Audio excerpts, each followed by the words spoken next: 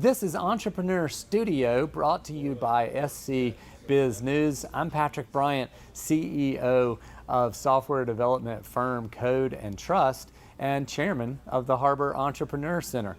Our sponsor is Matt Pardek and Chris Corley of Harbor Wealth Management Group, who are no strangers to helping entrepreneurs in our community. Sunju Patel, one of my buddies, and it's certainly a very accomplished hotelier. You have been around the block. You came to America in what year?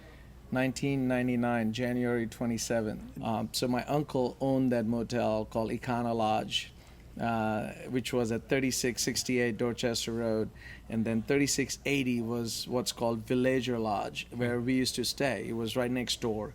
But this is not the hotels you now own in downtown Charleston and a building with the Moxie and the Montford. Those are amazing high-class institutions of Charleston on the way. But back then, this is a little bit of a sketchy spot, right? I would say more than sketchy, right?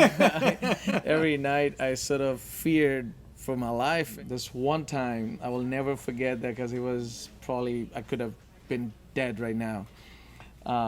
Is I came in from College of Charleston, and at Villager Lodge, my brother had this 4 or 5 kids. They were probably 15, 16-year-old kids.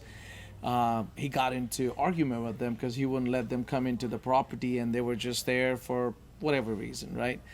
So one of the guy threw something at my brother, and I just literally pulled up. So I lost it. I went there, I grabbed the guy, we started beating them up. So they ran. There's like 6, 7 guys coming with their hands behind their back, and I had no idea what was about to happen, right? So fortunately they were kids, so they didn't have guns, but they had glass bottles. Oh, yeah. And they came about 30 feet away from me and started throwing. Now, next thing I know, I'm like Matrix, right?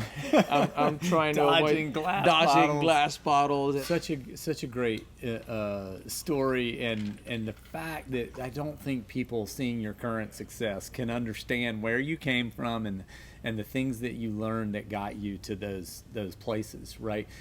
So you buy your first hotel, and obviously you took all those lessons with you, right? Like all that hard work and all that working in every position in the hotel, you knew how to really run it. Yep. Well, you don't, when you own a motel, like in 2006 I bought Land's End, which is something I still own.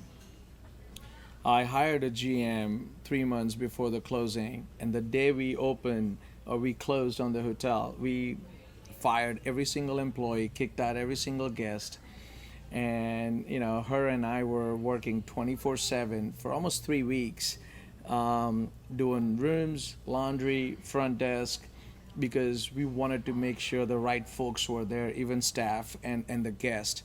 So we were successful in changing everything around, but we had to put in a lot of work, and then we constantly stayed on it to make sure that the property stays clean. It's meant for transient travelers, and when you give basic service and basic cleanliness, people tend to get attracted, and the word travels pretty fast. So you try to put yourself out there as much as possible, and because it was independent, we had to do everything ourselves. Word of mouth was a big thing, so we would go and introduce ourselves to people. I love it. I think it's so indicative of who you are, that you put in this crazy big hard work, and then you figured out how to buy it yourself, and you already knew how to run every piece of the operation. Thanks for sharing that with us. Of course.